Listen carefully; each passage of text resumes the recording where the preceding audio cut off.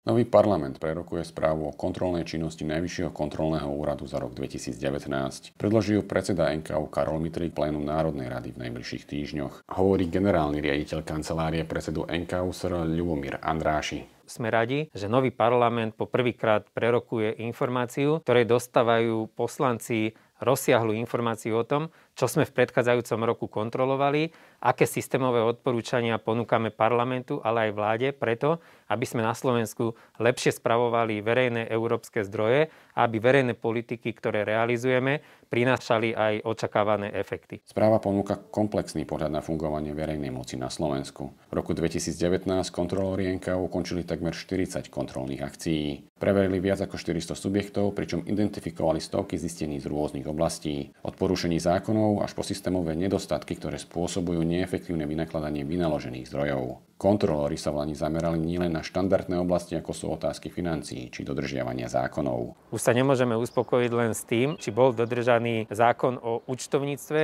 či boli prostriedky použité v súlade s rozpočtovými pravidlami. Musíme dávať verejnosti aj odpoveď na otázku, či verejné prostriedky, európske zdroje prinášajú tie benefity, ktoré súvisia s udržateľným rozvojom alebo prínosom tých konkrétnych projektov pre rozvoj celej spoločnosti. Konkrétnym príkladom je výsledok kontroly fungovania mýtneho systému. Peniaze, ktoré sa vyberajú prostredníctvom mýtneho systému, nepadajú na úrodnú pôdu, pretože viac ako polovica z týchto vybraných prostriedkov smeruje na účty súkromných firiem. Napríklad z 1,6 miliardy eur vybratého mýta išlo 760 miliónov z Kajtolu, ktorý mýtny systém od roku 2010 prevádzkuje. NKÚ preveril v roku 2019 aj naplňanie agendy OSN 2030. Problematika udržateľného rozvoja sa netýka len Slovenska či Európy, ale celého sveta. Slovenský NKÚ preto pravidelne spolupracuje s ostatnými partnerskými organizáciami. Konkrétnym príkladom je napríklad medzinárodná kontrola zameraná na prevoz odpadu medzi jednotlivými štátmi. Zisťujeme, že pravidlá, kritériá, ktoré máme zadefinované nielen na národnej úrovni, ale ktoré porovnávame aj s našimi partnermi, s okolitými krajinami, či už Poľskom alebo Ukrajinou,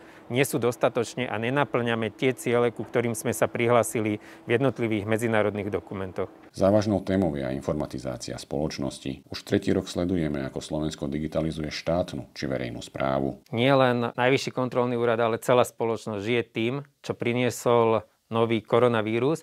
Teda je to otázka zdravia, bezpečnosti občanov a práve v takýchto krízových situáciách, aké dnes zažívame, pri takýchto mimoriadnych udalostiach vieme veľmi efektívne využívať elektronický informačný systém, ktorý tu budujeme už viac ako 10 rokov z verejných a európskych zdrojov. A tu sme poukázali na vážne nedostatky napríklad pri informatizácii v rámci katastrálnych úradov, pri digitalizácii vzdelávania.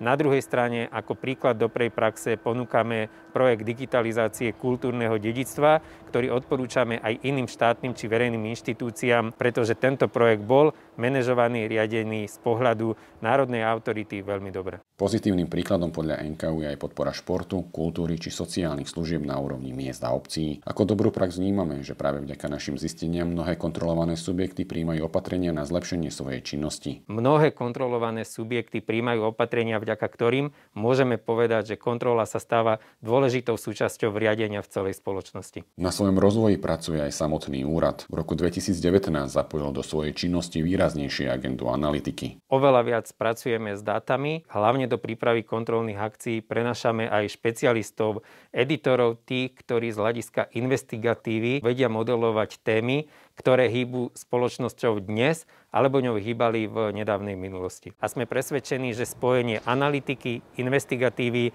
a kontroly pravidiel, jasných pravidiel kontroly môže posunúť aj samotnú kontrolu na úrovni Slovenskej republiky opäť o krok dopredu. Vďaka zmene zákona budú v roku 2020 zástupcovia kontrolného úradu s výsledkami jednotlivých kontrol oveľa častejšie v parlamente. Spoločne s poslancami, ale aj zástupcami kontrolovaných subjektov budeme môcť zmeniť legislatívu tak, aby verejnosť videla, že na Slovensku sa dajú spravovať veci verejné lepšie a aj verejné prostriedky vieme používať oveľa cielenejšie a efektívnejšie.